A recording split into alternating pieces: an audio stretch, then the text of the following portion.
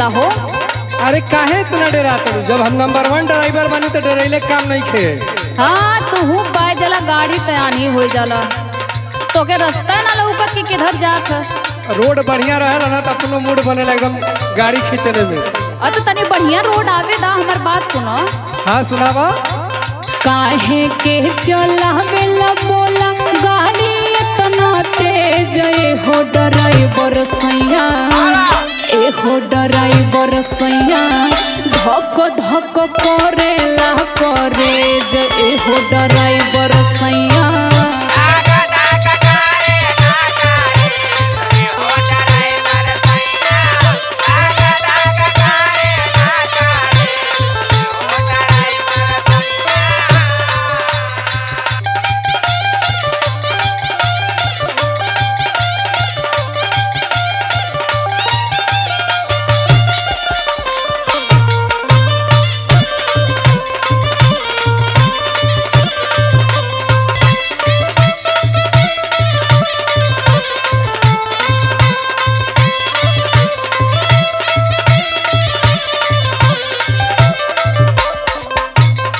जब तो ऐसे कहिला कि हम बैठल बानी तो तारा परेशान भइले के कोनो जरूरत ना रहेला।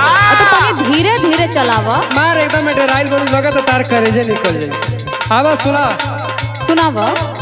कवनो न होई धानी तोहके परेशानी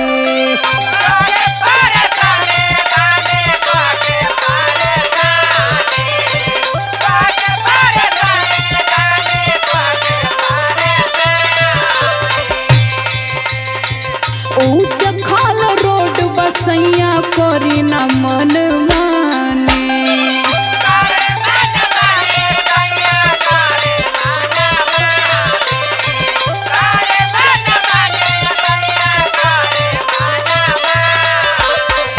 देखो का हो हमारे जितना यार चला चपाटी बाड़ा सुनो। हाँ। कहला सो दिया गुरु क्या गाड़ी चलाते हो।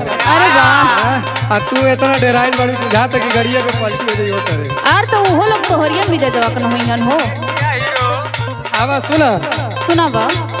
कवनो न होई धानी तोहके परेशानी ऊंच खाल रोड बसैया करी न मन माने नंबर 1 ड्राइवर जानू सुपर हम बहनी ए हो मोरे धानी ए हो मोरे धानी सीट बेल्ट लगा के राख रानी ए हो मोरे धानी।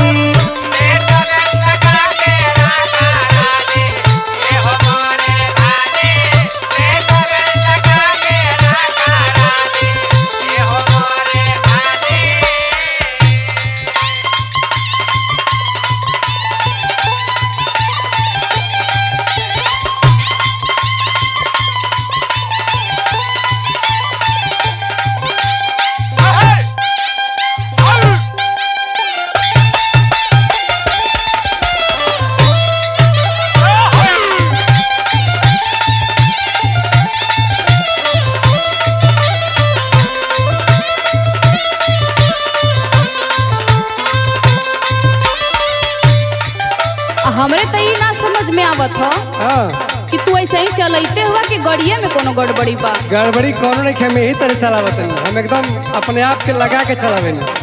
अच्छा हाँ सुना सुना सुनावा। लागत नाही सैया तोहरा गाड़ी के ब्रेक बा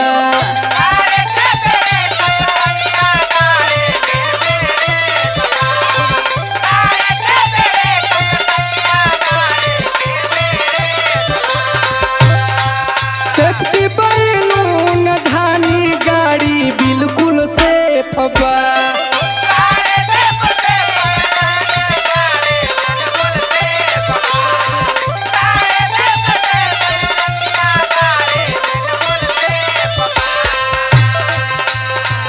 लागत नाही सैया तोहरा गाड़ी के ब्रेक बा सेफ्टी बैलून धानी गाड़ी बिल्कुल सेफ बा।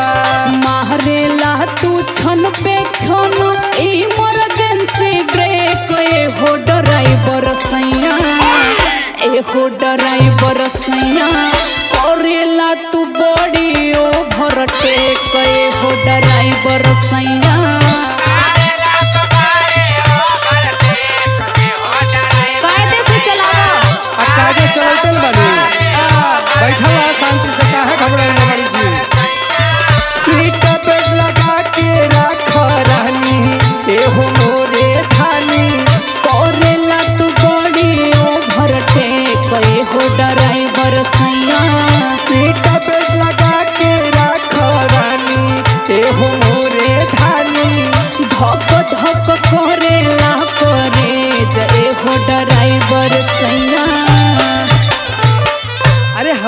एकदम अगुता देहलू तू तो।